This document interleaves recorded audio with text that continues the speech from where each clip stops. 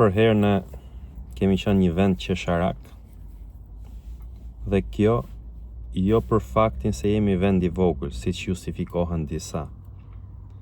Pra, ne servilat pështirë si shtet me Leninin, me Stalinin, me Khrushchevin, me Mao Tse-dunin e kujtu me gjithë. Pra, servil me Peranderin Osmane, servil me çdo lloj pushtuesi, servil edhe me çdo lloj perandorie që influenconte këtu kanë. Që si ishte pushtues, po ishte influencues, siç dje ka qenë Bashkimi Sovjetik dhe sot është SBA-ja. Pjesërisht ndoshta edhe me Europën, po SBA-ja. Shikojeni tani sa qesharake është ka thirrë Edi Rama parlamentin edhe do bëj një rezolut që do shpall sponsorizues të terrorizmit regjimin e Ayatollah, atë shtetin e Iranit, shtetin e Iranit. E para një kush është Edi Rama që do bëjnë rezolut Edi Rama dhe ku do ndikojnë rezoluta. Pra, çfarë lidhje ka domethënë me këtë? Ky që ka bë biznes nafte me iranianët edhe me rusët, sa herë i ka dash shefi. Ky që ja ka dha Porto Romanon, po ja jep rusëve, edhe vetëm pasi po i çukin këmbët amerikanët, po rri po bën gjoja sikur po e shtyn për çështje teknike, po e shtyn nga Afrika.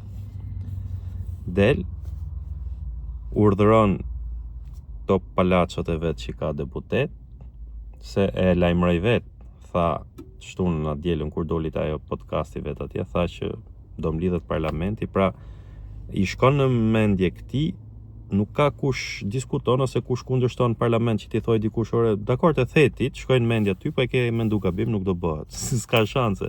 Do bëhet, thaj, tani ka nxjerr Niko letër edhe do bëhet, thot edhe Niko. Pra do mlidhet parlamenti edhe do i bëj namin asaj. Tani sa për atë luftën atje në Iran, unë vazhdoj të qëndroj mendimit që nuk ka dy shtete tjera më të poshtra mbi këtë tokë se sa Irani dhe Izraeli. Pra këto regjime që janë tani, nuk po them si shtete në kuptim kështu. Janë shtetet më të poshtra, sa më shumë të luftojnë me njëri tjetrin ato, më shumë frymëmarrje do kenë to vende të tjera.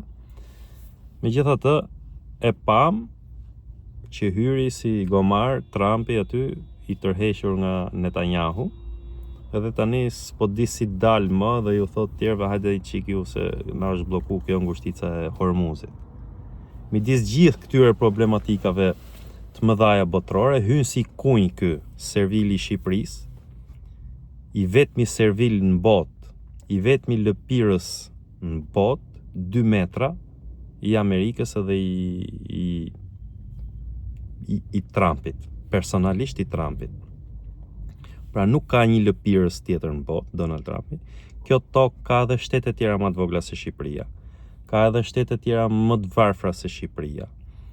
Ka edhe udhëheqës tjerë që janë në një linjë politike me SBA-n, me Europën, me Izraelin. Pra ka shtete plot, ka udhëheqës plot kjo tokë që kanë bashkëpunim me SBA-n, kanë interesat përbashkëta, politikat përbashkëta, por nuk ka asnjë udhëheqës mbi tokë, aq më pak 2 metra, që t'jetë një lëpirës kaq i vështirë i Trumpit siç është Edi Rama.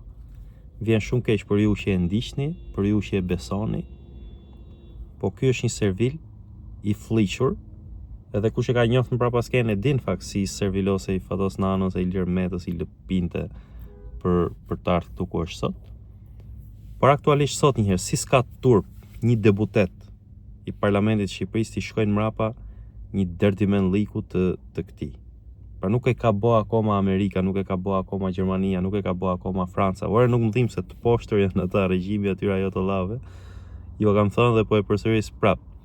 Nuk ka më të poshtër se këta që janë sot, si izraelitët që bën gjenocid në Gaza, si iranianët që kanë bërë genocid në Yemen.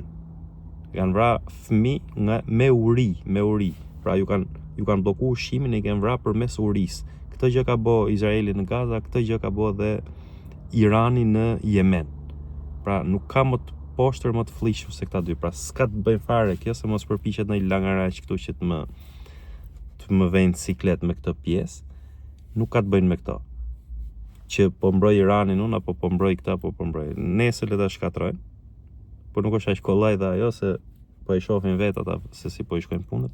Po ky ose këta deputet si i shkojnë mbrapa këtij në çdo fllihësi, kur do dal një njeri, kur do dal një njeri më por një deputet i parlamentit i Partisë Socialiste, i thotë ore idiot na lo. Ore maskarat për hallet e tua nuk do marrim qaf Partinë Socialiste, na për hallet e tua nuk do marrim qaf Shqipërinë. Si ore nuk doli një, kaq të poshtur pas kanë qenë ata, nuk pas ka pas një njeri tamam aty që e bën Shqipërinë qesharake tani do dalë. Ky që nuk votonte rezolutën për të dënu genocidin serb në Kosovë. Hapni mediat, hapni të gjitha arkivat mediatike dhe shifni se s'ka shumë mjaj vit ndoshta ka. Edi Rama refuzonte që Parlamenti i Republikës Shqipërisë të votojë një rezolut për genocidin dhe masakrat që ka bërë Serbia në Kosovë. Nuk e bënte sepse është vlla më shumë se sa vlla gjaku me Vučićin.